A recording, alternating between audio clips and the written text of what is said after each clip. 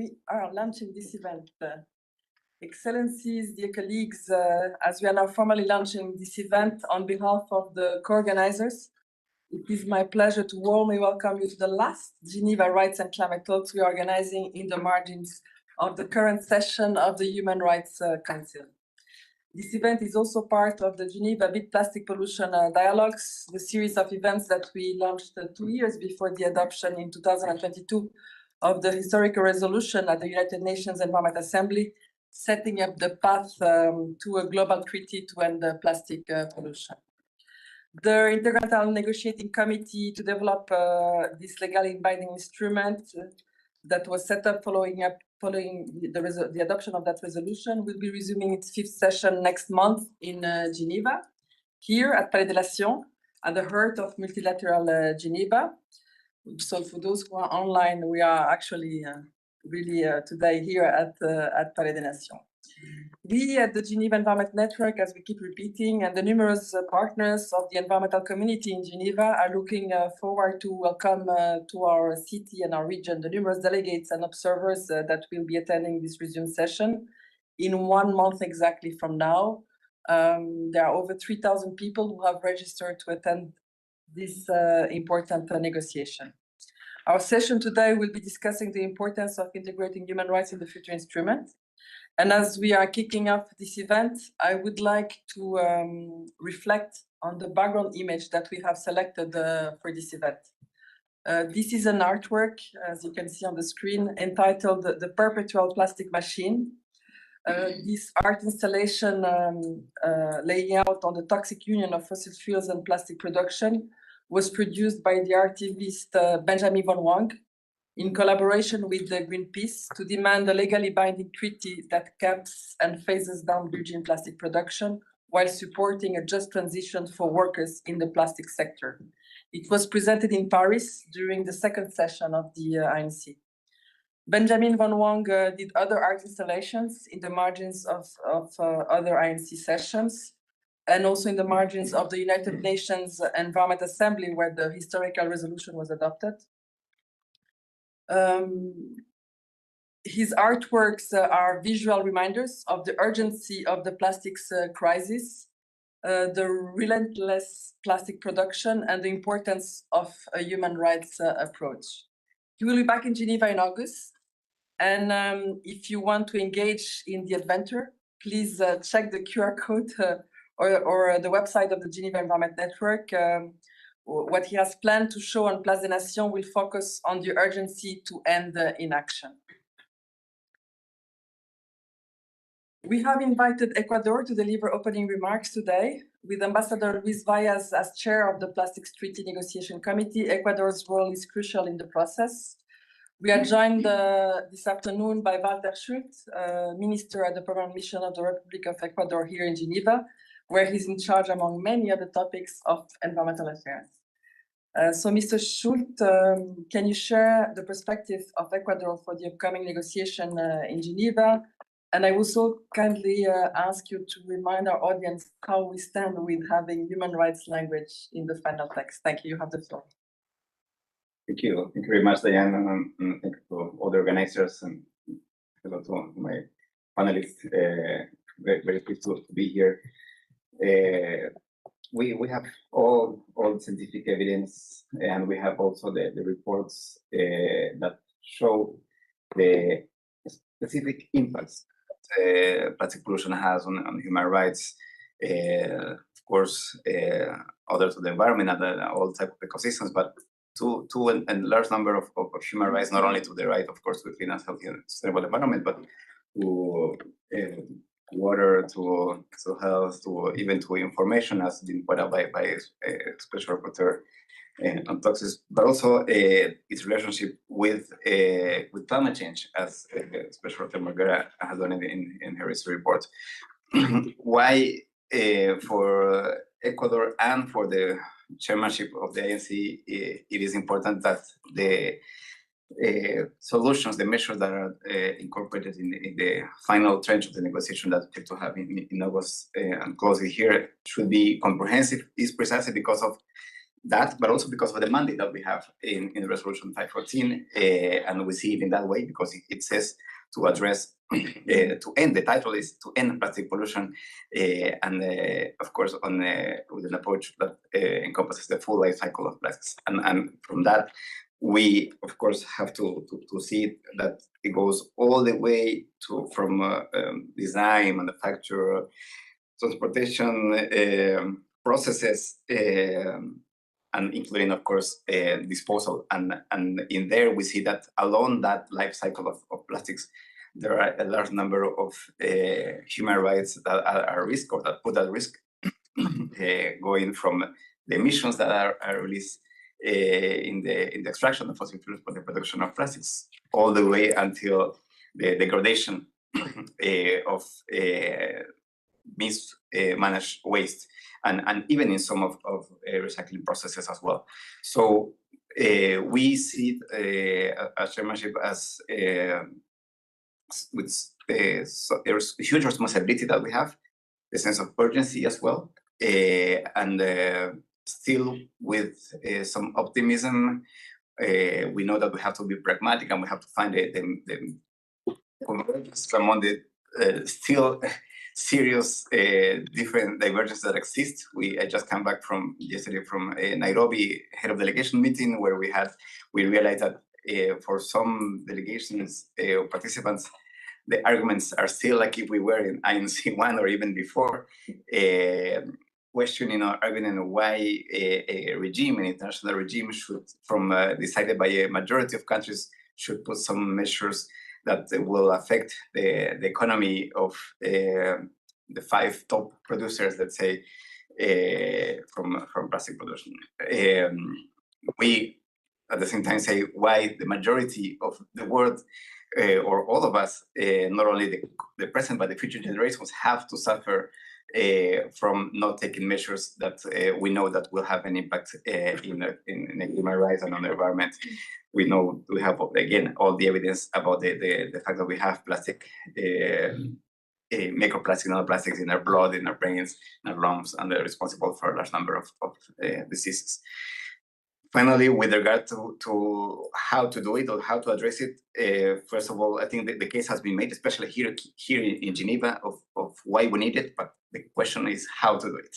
And in that regard, first, I would say that we have to build upon the measures that already exist, isolated, focus on different aspects in other instruments already, including Basel, MARPOL, the same climate regime as well, and try to encompass that in specific provisions that not only put a recognition of the impact, which is what we have, for instance, in paragraph 11 of the Paris Agreement, but really entry points, at least entry points, to ensure that the just transition, the health paragraph, the education awareness, the information access, the respect and the protection of the rights of indigenous peoples are all of that are part of the regime that we are starting here. We know that we cannot aspire for a full-fledged developed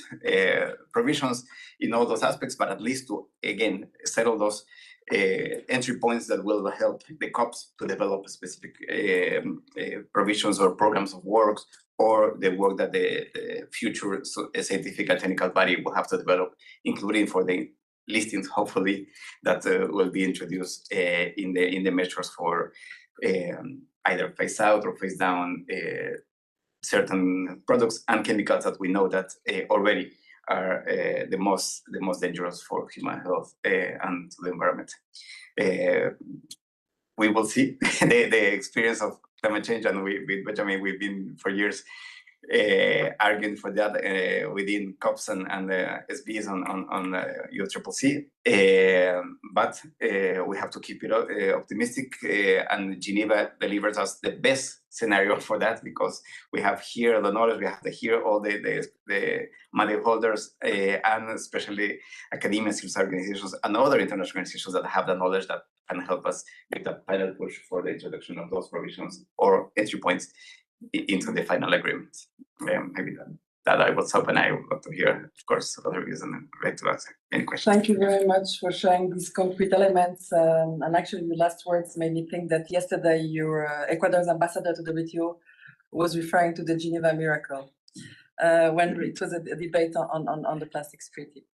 We are now turning to the UN Special Rapporteur on climate change, Ms. Elisa Morgera, who has been with us throughout the week. We are very impressed to all the key messages that you have been sharing here at the Human Rights Council. Madam Special Rapporteur, in your report to the current session of the Human Rights Council on the defossilization of our economies, you have stressed that the increasing production of plastics and petrochemicals is embedding dependence on fossil fuels in our economies within and beyond the energy sector, regardless of continued contributions to climate change and other human rights harm. We would like you to reflect on that and on other messages that you have shared on the plastics treaty negotiations. It is important to remind here that ahead of the last negotiation session that took place in Busan, you issued a statement with other UN experts stating that the legally binding global instrument on plastic pollution must secure accountability in all stages of the plastic cycle. You insisted that a legitimate and just transition to ending plastic pollution necessitates placing human rights at the core of the legally binding instrument. So can you expand on what direction you would like this discussion, the direction that you would like this discussion to take to avoid the severe human rights impacts caused by plastics along its life cycle? You have the floor. Yeah, no, thank you so much for this opportunity to reflect with the experts on the plastics negotiations process around the relevant findings in my report on defossilization. I guess there were a few elements of understanding the evolution of fossil fuel production and also projections that were very important to be clarified in the report, with a view to somehow have here in the Human Rights Council a much more holistic understanding of where the problems are, what the dynamics are, and whether our responses across multiple separate international environmental agreements, including some in the making, are really all collectively helping us to address one of the root causes of climate change or not. And I think the report starts from the premise that even if we have had now significant recognition, scientifically but also politically, of the need to phase out fossil fuels with a view to effectively mitigate climate change, all the data indicates that fossil fuel extraction and production is growing, expanding significantly, and it's projected to grow even more.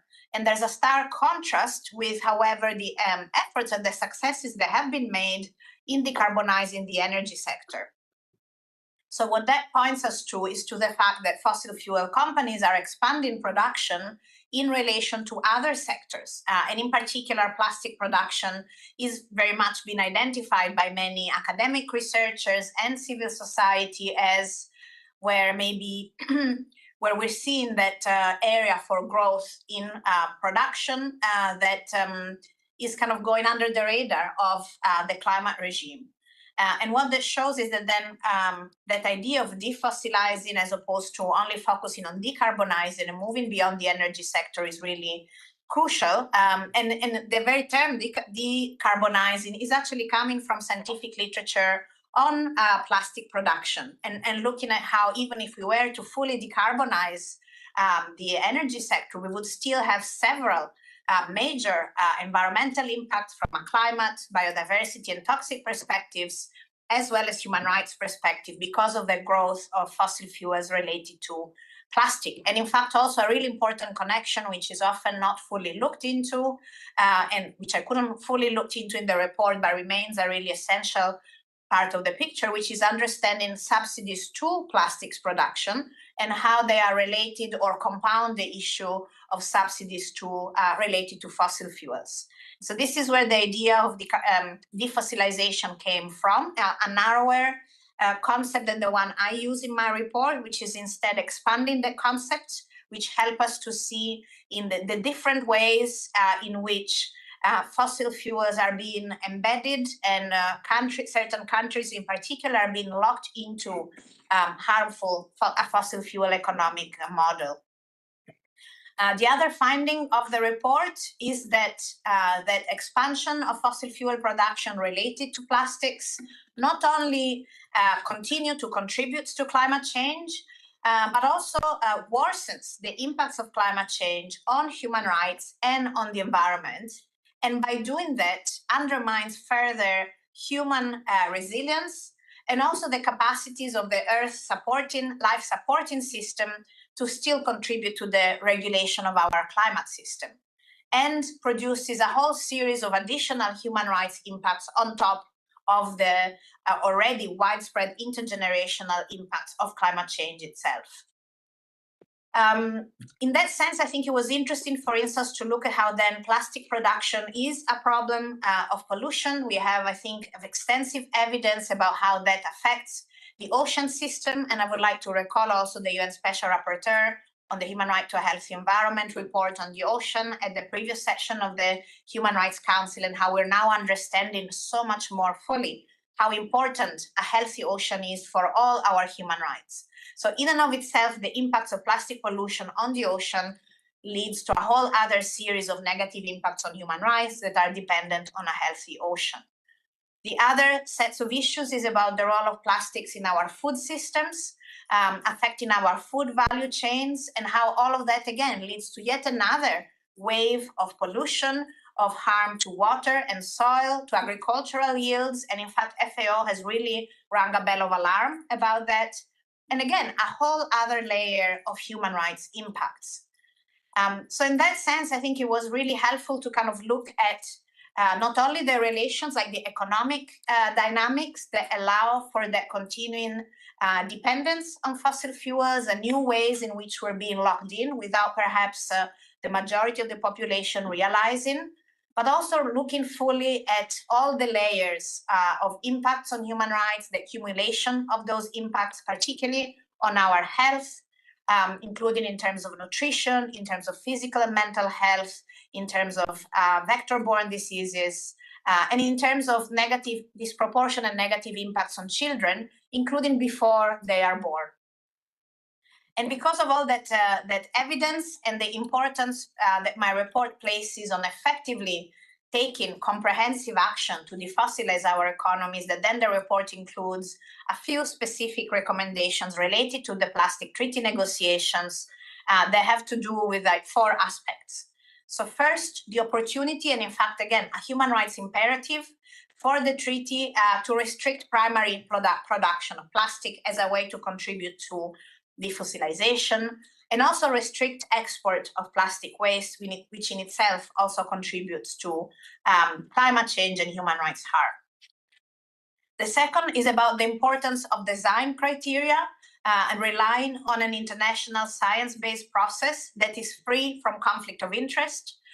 And that, again, is such an important finding in relation to the aspect of my defossilization report related to the playbook and the long-standing efforts to undermine our right to information and science in relation to fossil fuels and the capture of our decision-making spaces by the fossil fuel industry and their lobbyists.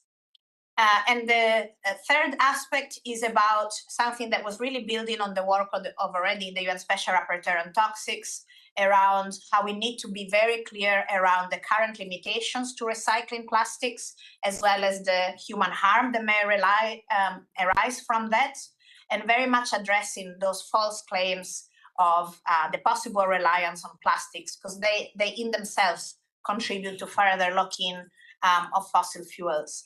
And finally, the need to ensure compensation and remedies for the existing harm that both fossil fuels have made in terms of climate change, but also plastic itself as a separate additional layer of negative impacts on communities, on workers, including the informal worker sector, as well as the full inclusion of workers and affected communities and relevant knowledge holders in just transition processes. Well, thank you very much, Mr. Special Rapporteur, for this very clear presentation. I think you've really shown how the future treaty in both of the EU intervention from the chair and US Special Rapporteur show really how the future treaty relates to a number of human rights. And of course, the outcome will be have quite an impact in order to avoid, or unfortunately, and we hope that will not be the case, let a number of violations still continue. And I think we've seen very clearly how the treaty will be in connections with the issues of toxics, climate change, biodiversity, and ecosystems, what we usually call the triple environmental planetary crisis. So definitely, this is a very, very important endeavor. So we're very happy now to continue this discussion with a number of views coming from different sectors who are involved in this process since the very beginning, and who are also representing a number of constituencies directly involved and directly concerned by these different issues. So we will start now by somebody who can represent all the different environmental and health organizations who are working on this issue. And I'm speaking here about Mr. Dharmesh Shah, who is a consulting senior campaigner precisely on the plastic treaty and part of the environmental health program of the Center for International Environmental Law, very well known under its acronym of CIEL. Dharmesh, thank you very much for being with us directly from India. You've been working since quite a while on these issues. We've heard some of the links with the question of human rights. What is your take of your organizations and your network on the coming discussions we will have in August here in Geneva? Thank you so much, Eve. I hope you can hear me well, but let me know some internet connection issues. Thank you again for organizing this webinar and on this important topic. My name is Dharmesh Shah, and I am joining you from India, as Eve introduced me. I'd like to start by thanking the Special Rapporteur for the report that refuses to sanitize the facts that are facing us at this point. It names plastics and petrochemicals for what they are, which is basically the fossil fuel problems. It rightly reminds us that fossil fuels are not just an environmental threat, they're a public health emergency, a human rights crisis, and basically an economic dead end. Even from the point of good economics, it's not the right way to go. Plastics are not just a threat to the ecosystems, but also a direct assault on the people. And we'll hear more about it from people who are in the front line, face the brunt of the problem. The next two speakers will be speaking. If you're looking at the life cycle of petrochemicals, and this has been captured very well in the report itself, but just looking at the frontline communities from the petrochemical corridors of US, China, India, extraction sites where oil and gas is extracted, places like Alberta or Nigeria in Africa, and finally where it ends up as garbage in dump sites of many global south countries, or exported as waste to countries like Indonesia or Malaysia. Each of these situations, communities are trading their health for someone else's convenience. As both Dr. Morgera and Dr. Oyena in his earlier report have shown, plastic production, disposal, use across the life cycle, plastics violate all kinds of human rights: right to life, health, water, food, cultural identity, housing, clean environment, you name it. And these harms are deeply intersectional because they're layered by race, caste. I come from a country where caste is a major issue, gender. There is geographical, tyranny. When you talk about waste trade, there's a whole dimension to racism there. This structural inequality is not a byproduct of the petrochemical economy. It is part of its design. So this is deeply embedded in the petrochemical economy.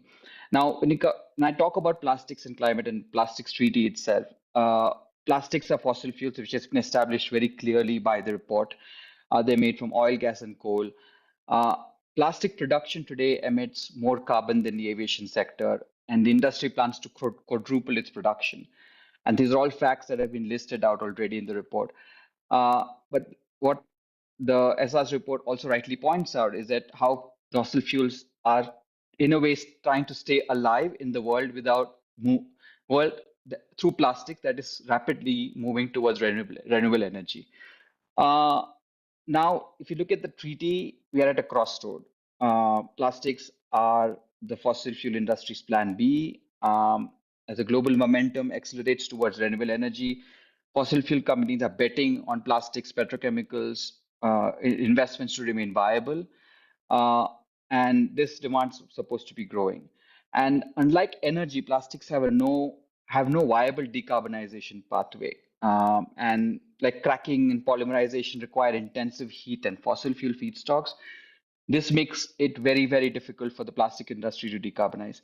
And there is no way to make plastics clean and safe because chemicals are an inherent part of the plastics manufacturing.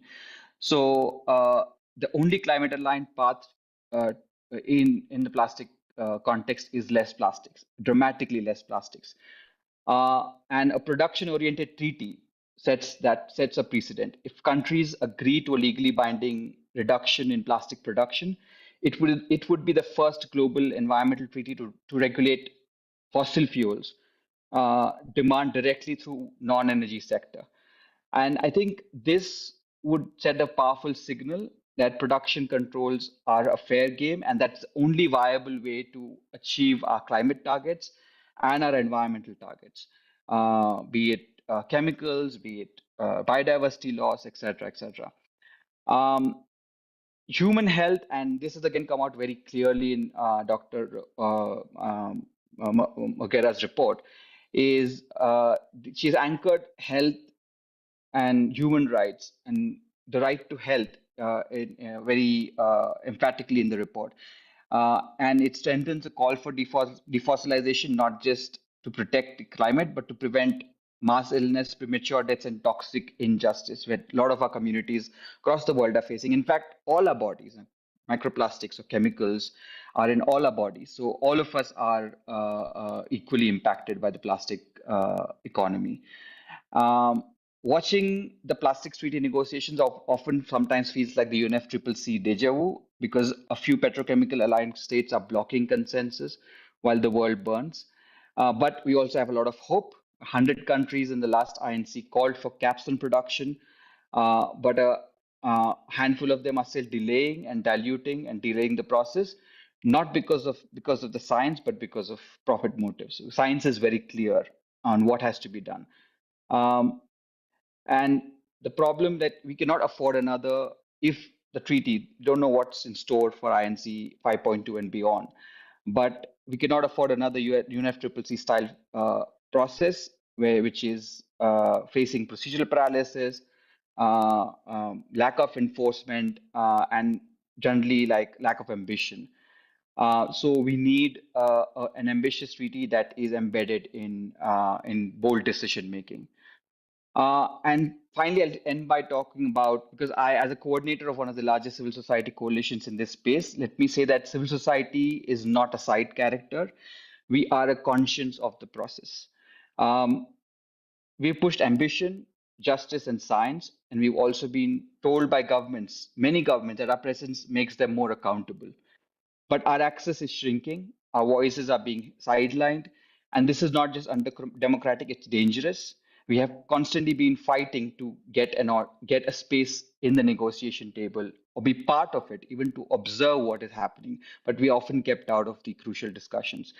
And a treaty built without the participation of the affected communities is not a treaty built on justice. We must confront deeper issues, and this comes to the issue of the whole false equivalence between rights holders and stakeholders. And indigenous peoples, informal workers, frontline communities, youth, they're all rights holders with legal claims. And what's happening in the space, UN spaces, is like being clubbed with the very corporations that are causing harm under the garb of multi-stakeholderism. This is a problem. This is not inclusion. This is a very different kind of institutionalized injustice. Multi-stakeholderism is practiced today is creating a lot of false symmetry between the powerful and the harmed, and that must be challenged. So I'll end with that and pass it on back to you, Eve. Thank you very much, Dharmesh. And indeed, you're giving us a very good introduction for our next speaker, Mr. Frankie Orona. Frankie, you are the Executive Director of the Society of Native Nations, and you're also the co-facilitator for the UNEP Indigenous Peoples Major Group.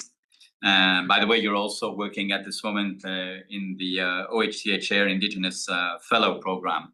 So, Frankie, thank you very much for being with us. We're very happy that you're able to contribute to the discussions because, of course, Indigenous people are particularly affected by this wave of plastics and toxics. I remember someone, a minister from the South, saying that this issue of plastic is becoming like a river they cannot struggle against, and they're being overflown by plastic. So it is really a very, very serious issue. So Frankie, thank you for giving us a view of what is the reality that native nations are facing, and what are you expecting out of as an outcome of these negotiations? The floor is yours, and thank you for being with us. Yeah, thank you. First and foremost, thank you to the organizers of the event and everyone that's here today. And so for Indigenous peoples and frontline fence line communities, it's been said over and over again, those whose languages, lands, waters, health, and ways of life bear the brunt of the plastic carbon lock-in. Indigenous peoples and frontline communities have resisted extractive industries long before plastics became a global crisis. We are at a pivotal moment, and as negotiators prepare to be in Geneva for INC 5.2, our rights to life, health, culture, and clean environments hang in the balance. Plastics are not just litter and single-use products. They are fossil fuels encased in molecules and harmful toxic chemicals. 99% of plastics are derived from fossil fuel feedstocks. They contribute to between 3 to 8% of global greenhouse gas emissions today, potentially rising to 13% or more of the remaining carbon budget for 2050 if production continues at its current pace. Communities worldwide, including coastal, Arctic, desert, forest, islands, and riverine, have suffered for generations. In Fiji, plastics choked shores, prevented fishers from reaching their nets. In the Arctic, plastic chemicals contaminate wildlife foods like the walrus and seals, eroding cultural practices and health. Extraction of petrochemical feedstocks routinely occurs on indigenous territories and frontline fence line communities, displacing people, poisoning land, disrupting their way of life. This is an ecological colonialism where our bodies, our lands, and our communities are sacrifice zones for plastic production. From the Gulf south of Turtle Island to the Pacific Islands, and from the Arctic to the Amazon, our communities are among the most impacted and the least heard. Plastic poisons our water, disrupts our food systems, displaces our people, and desecrates our sacred places. Our children are being born with petrochemical toxins in their blood. Food chains are contaminated, ancestral knowledge systems are under threat because of the very ecosystems that hold them are being destroyed. This is the plastic trap, a system where peoples face disposition, pollution, and exclusion all at once. Indigenous people have been systematically excluded from the plastics treaty negotiations. In Busan, Indigenous people stood with raised fists to demand 2 minutes at the mic, just 2 minutes to voice the priorities of their communities. And those demands, we don't want just a cap on plastic production. We need to reduce production, ban all toxic chemical additives, and uphold our distinct rights. Our lived experiences, traditional ecological knowledge, and real world view must help shape treaty outcomes. Otherwise, the instrument will reflect fossil fuel interests, not justice and human rights for all. To break free from this lock-in, we must embrace system-wide change, which includes the demand for reduction, and reduce of and phase out of plastic and prevent false solutions, strong governance, enforceable bans on harmful chemicals, and plastic producing countries must be held accountable. True non-toxic circular systems must be community-led, traditional materials used, and solutions for safeguards for human health and the environment. The rights-based approaches where the treaty text must center the rights of Indigenous peoples enshrined under the United Nations Declaration on the Rights of Indigenous Peoples, and the full life cycle approach must address plastic pollution from its roots, extraction, not just production and waste. We were not meant to inherit plastic choked lands, rivers, and oceans, but to live in balance, protecting all creation. So to the negotiators, we urge you to embed a rights-based production, reduction centered, and justice-oriented approach, and to civil societies to amplify indigenous voices. To those attending in INC 5.2 in Geneva, center your positions on the lived realities of communities on the front lines. In closing, I borrow this story. When the web of life crumbles, it is our duty to weave it back together. Ending the carbon lock in plastics isn't just climate action, it's restoration of our rights, our culture, and justice. Let this treaty be our ceremony of repair, honoring our ancestors and future generations, healing our lands, and securing a future where our children live and dance free of the plastic grip. Indigenous peoples are not just victims, we are protectors, defenders, and innovators. If this treaty is to be just, it must be co-created with us, not for us, not about us, but with us. And I'm gonna end it with this. For Indigenous peoples, some of our Indigenous communities, our very ceremonies are based around your first, most sacred home, your sacred place, which is the womb of your mother. You come from the spirit world into the physical world, and that is the most safest, most secure, most sacred place you'll ever be in your entire existence. That safe place, the womb of your mother, and now that is contaminated. You're coming into this world, into your first home, contaminated by plastics and by petrochemicals and forever chemicals, and with endocrine disrupting chemicals already altering our children. So think about that, because I dread to think that anything in my house would harm my child. And I think that if we can uplift that and understand that, then we can find common ground to make the right choices, to make the right decisions.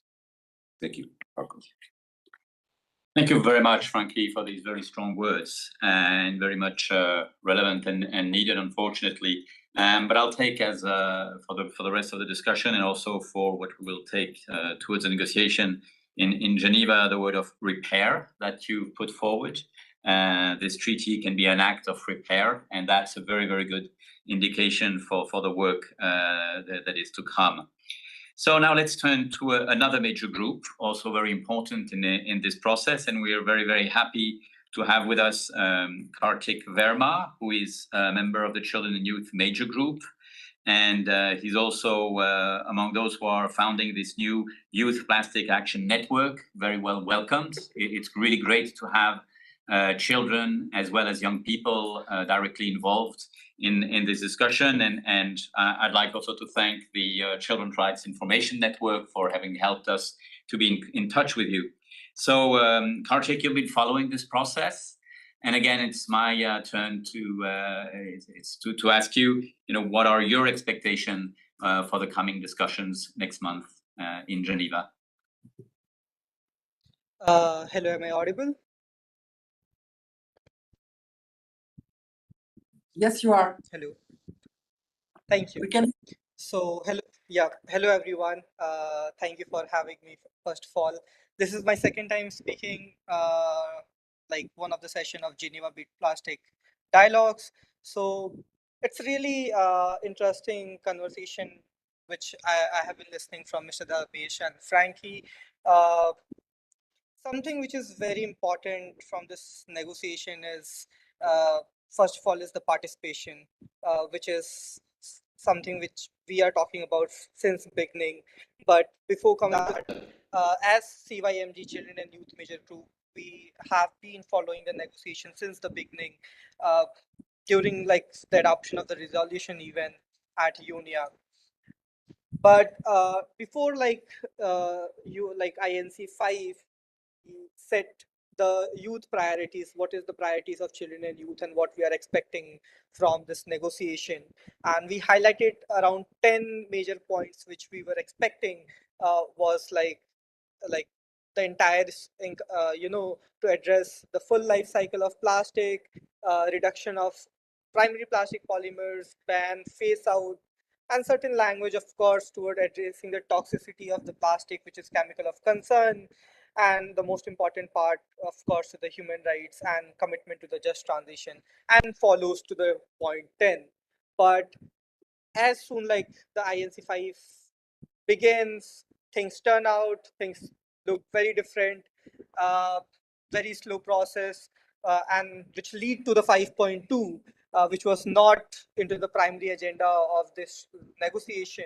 And post this negotiation, we came out with that, a youth statement, a non-paper on the chair text, and where we again highlighted one of like three major things, which is we want a successful treaty which demands a global ambition to back us, strong national implementation.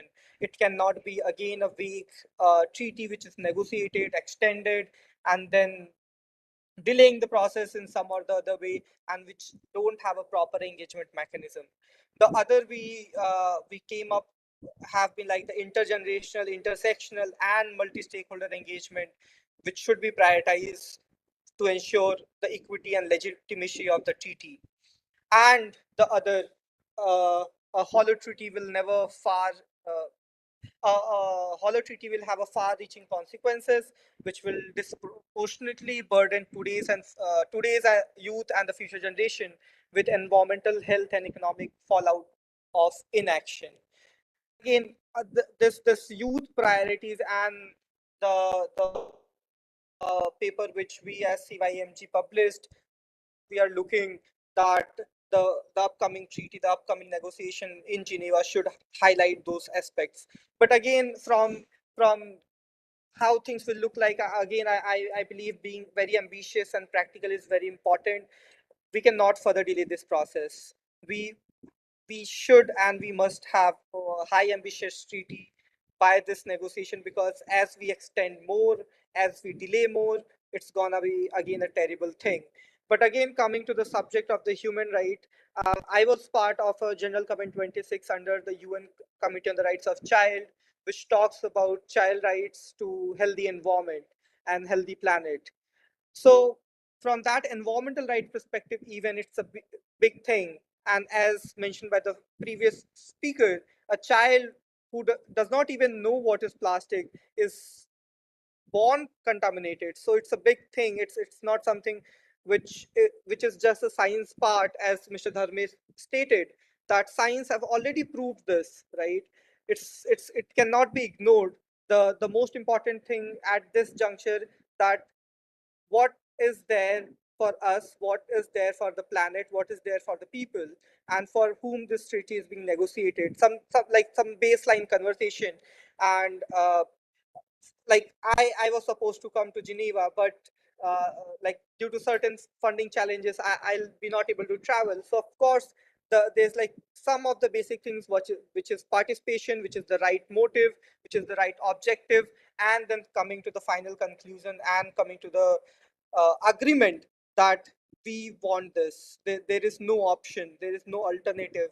As Mr. Tharmes was rightly stating about the COP process, how that get delays. And one thing which rightly came into my mind was how even the engagement mechanism work. When again we are talking about human rights, we are talking about the participation, the civil society, the observers in this process gets the chance to speak, to take the floor at the end of the everything with the empty room. So it's not about getting a space to engage, getting a space to deliver a statement. It's about that how that makes sense, how that is embedded within the process, within the discussion, within the dialogue. Some of the major we had a consultation within CYMG with young people, and we were discussing different aspects of the chair text which will be negotiated. And some of the very major articles which came into picture have been like Article 2, Article 3, like the definition, plastic products, and of course the finance. And there's some or the other mentioning of the human right, but again, that is subject to the negotiation, the bracketed text. we cannot afford more brackets in this negotiation. We need to come to the agreement with ambitious language, with inclusive text, which talks about human, which talks about people, which talks about community who are being impacted throughout the life cycle. The last time when I spoke this Beat Plastic Pollution Dialogue, there was a release of a report by GRID which named carbon lock in plastic, which states that around 96% of carbon emission which took place into the life cycle of plastic, which happens only during the production and extraction of petroleum and petrochemicals.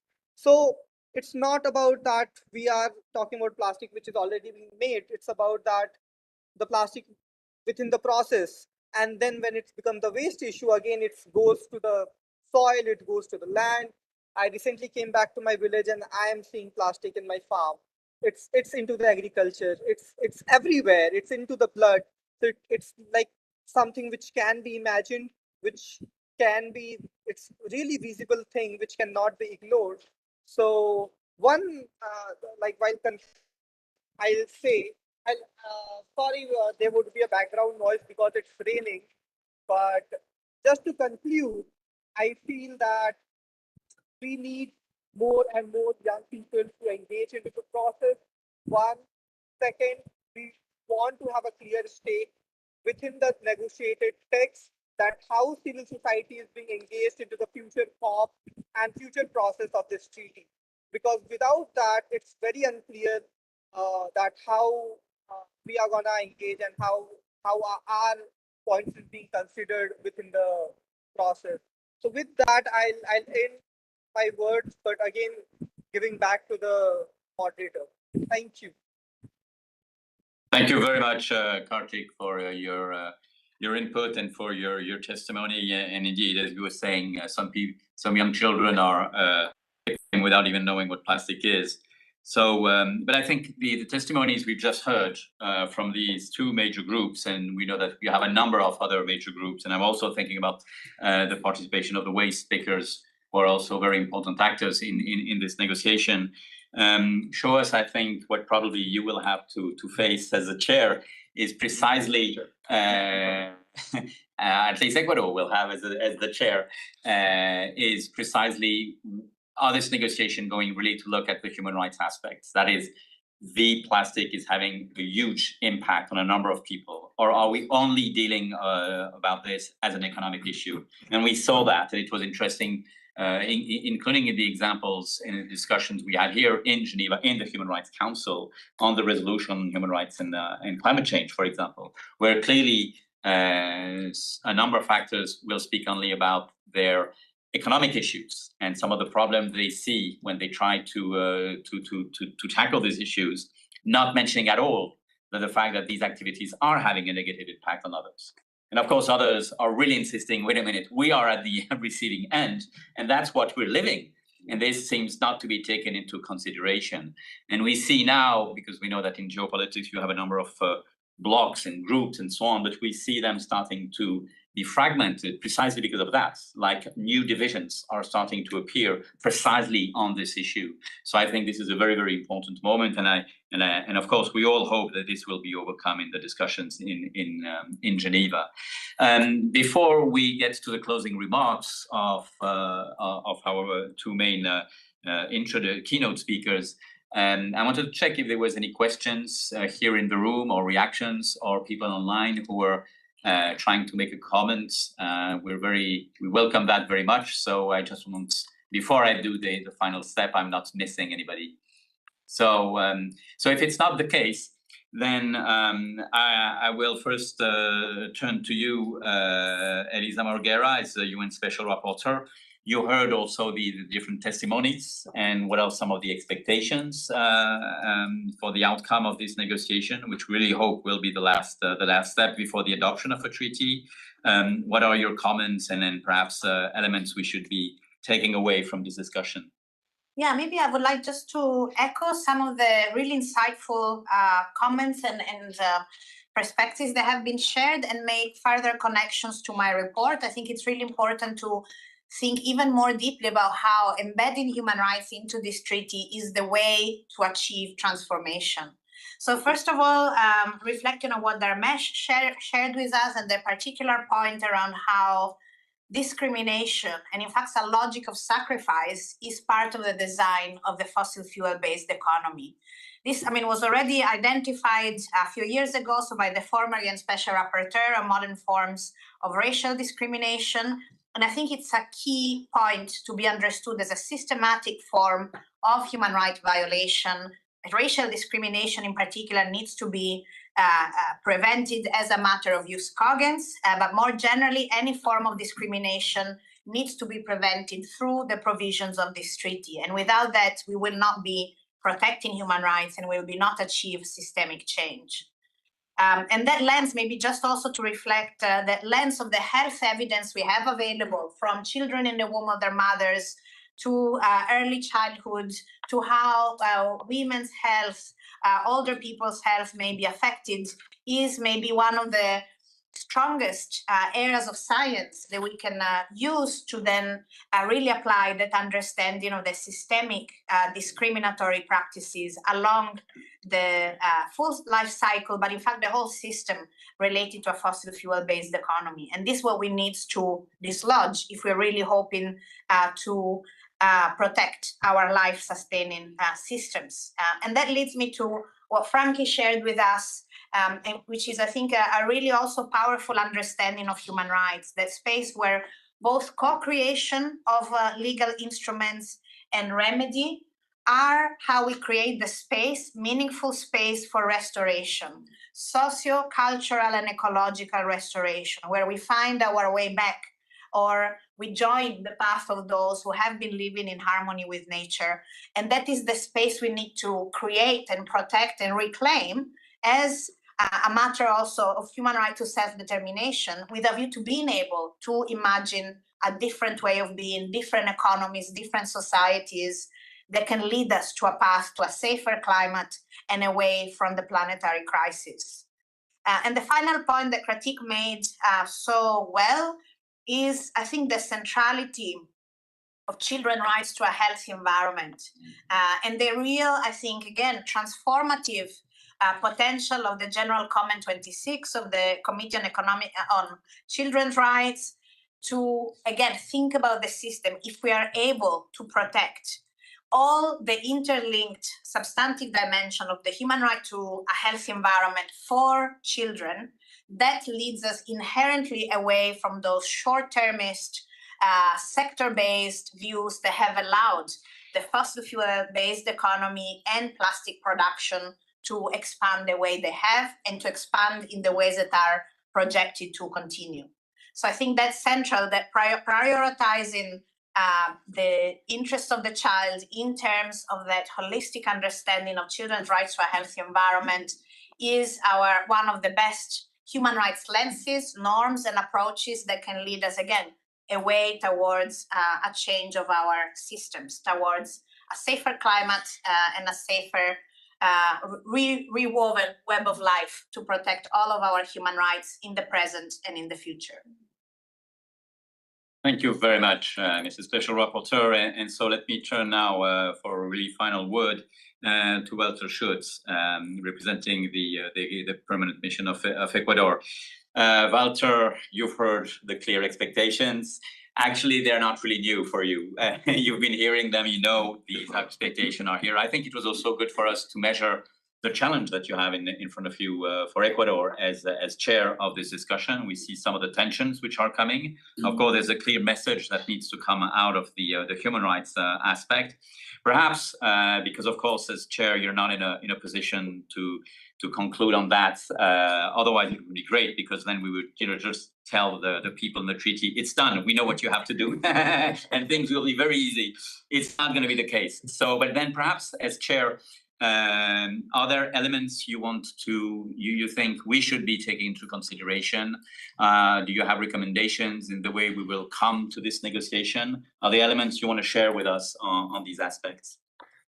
Thank you very much. And I think all the interventions have provided arguments, evidence, and reflections that we truly share, not only as chairmanship, but also as Ecuador in the national capacity delegation, because we have separated and I'm more and the national delegation that.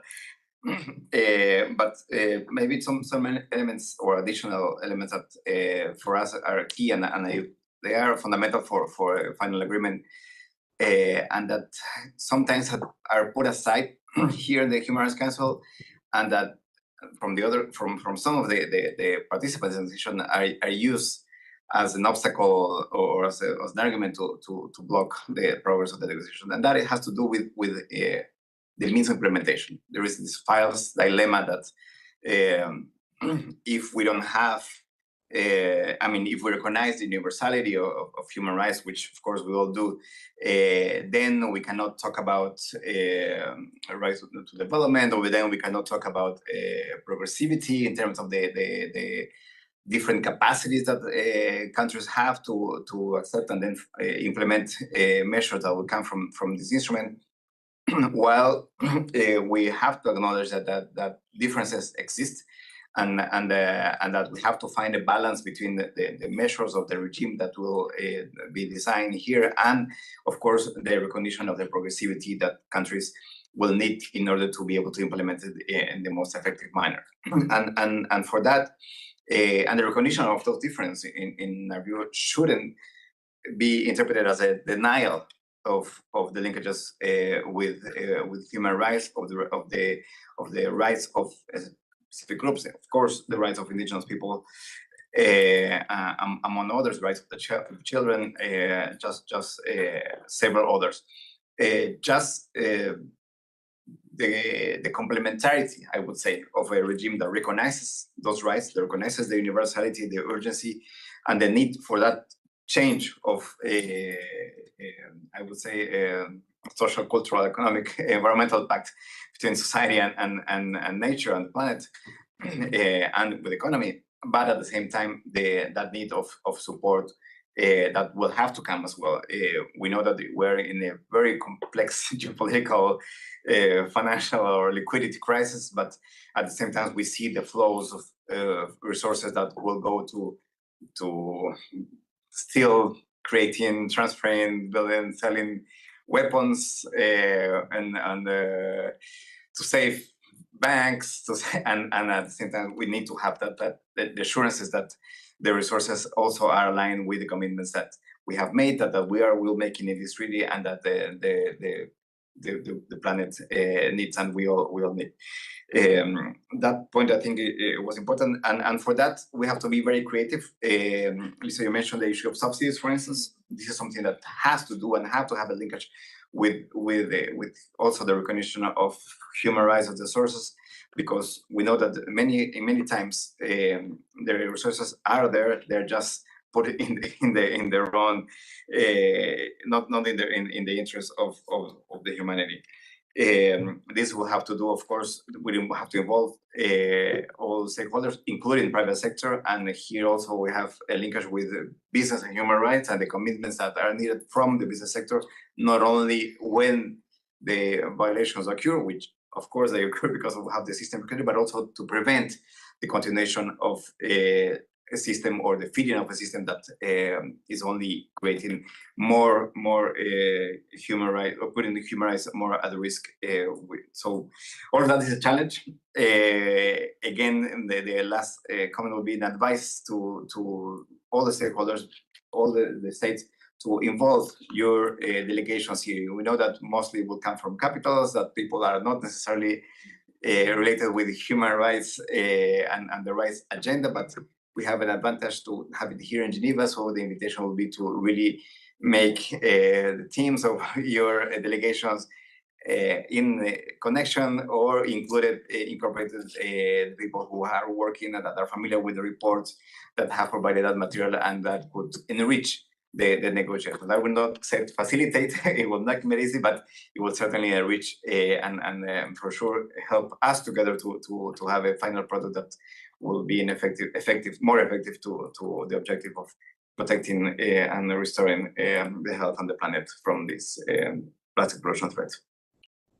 Thank you very much. This is a great final word for this discussion. So it's my turn really to thank to all of the contributions we have heard. I think they were an excellent introduction to the challenges which are coming for next month, but also a good start for this discussion in Geneva. The discussion has started since quite a while, but now we are having it in Geneva. And I think going from the Human Rights Council to Inc. 5 for the way it's been named is a very, very important step. So thank you really very much to all of you for your contribution. As this is the last talk of our series relating to this session of the Human Rights Council, I would like, first of all, to thank Elisa Morgera, the Special Rapporteur for Human Rights and Climate Change, for all of the very valuable contribution. We've thanked you already several times for your report, but I want also to thank you for all the availability you have shown to have these discussions with a number of different constituencies on a number of aspects of your report. And it was really a pleasure and I think also quite useful to be able to dig into some of the aspects of your report, to go further than what the time allows to do within the Human Rights Council. So thank you for this, and I hope we've been able to share this with a number of people. And my final word goes, as usual, to the Geneva Environmental Network. We have here a whole series of 1, 2, 3, about 5 people who are making this possible. Without the Geneva Environmental Network, it would be impossible to have such a discussion, but also for all of those who are working on the environmental issues here in Geneva, as we don't have one body, but we have a number of specialized organizations and then a number of NGOs who are working in this field. Without the centrality of the Geneva Environmental Network, it would be much more difficult for us to carry out our work in this field. So Diana, please transfer to all of your team our very deep thanks for all the work you are doing and for letting us doing these different talks. Thank you to you, Yves, also, because you always come with interesting suggestions of what we should be talking in these talks. I just wanted, before we close, of course, to thank everybody, but also who has joined us online, who has been on the panel, but also to bring to your attention that we, ahead of the INC, there is something else we are organizing in Geneva. We have on the 17th of July, and you will find more information on our website, are organizing a session with the mayor of Geneva, with the artists that will be making this sculpture on Place des Nations, and many other interesting people, to discuss a few things that are happening also outside the Palais des Nations before and during this negotiation. So we encourage you also to follow. The event will be hybrid. It will take place at Villarigot and online. So we encourage you also to be back with us on that occasion. And with that, we, of course, we wish the chair, his team, and all those who are taking part in this very important negotiation, our best wishes for a good outcome. And we, the GEN team, will be around at Palais des Nations and outside to help a few stakeholders. And we stand ready, whoever still needs help, to support. So thank you all for joining us today.